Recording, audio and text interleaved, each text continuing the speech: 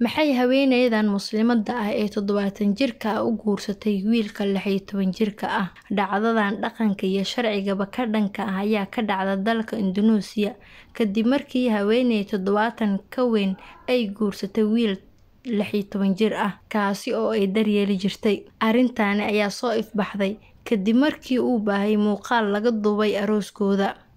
Marka la eego sharciga dalkaasi, guurka dadka loo aqoonsan yahay carruurta ayaa loo ogoleen, balse lamaanaha ayaa sheegay inay isdilayaan haddii aan loo ogolaanin inay isguursadaan, taasi oo sababtay in markii dambe ay mas'uuliyiinta tuuladooda ogolaadaan in ay isguursadaan, balse aan lagu diiwaan gelin doonin galka dowladda qoysaska isqaba. Sida uu qabo sharciga Indonesia, da'da ugu hooseysa ee gabadhu ku guursan karto waa 16, halka da'da ugu yar oo wiilku ku guursan karana ay tahay 19. Sida ay warbaahinta gudaha sheegtay, labada qof ayaa isku soo dhaweeyay markii haweeneyda waayeelka ah laftigeeda ay xil iska saartay daryeelka wiilka oo la ildarnaa cudurka duumada.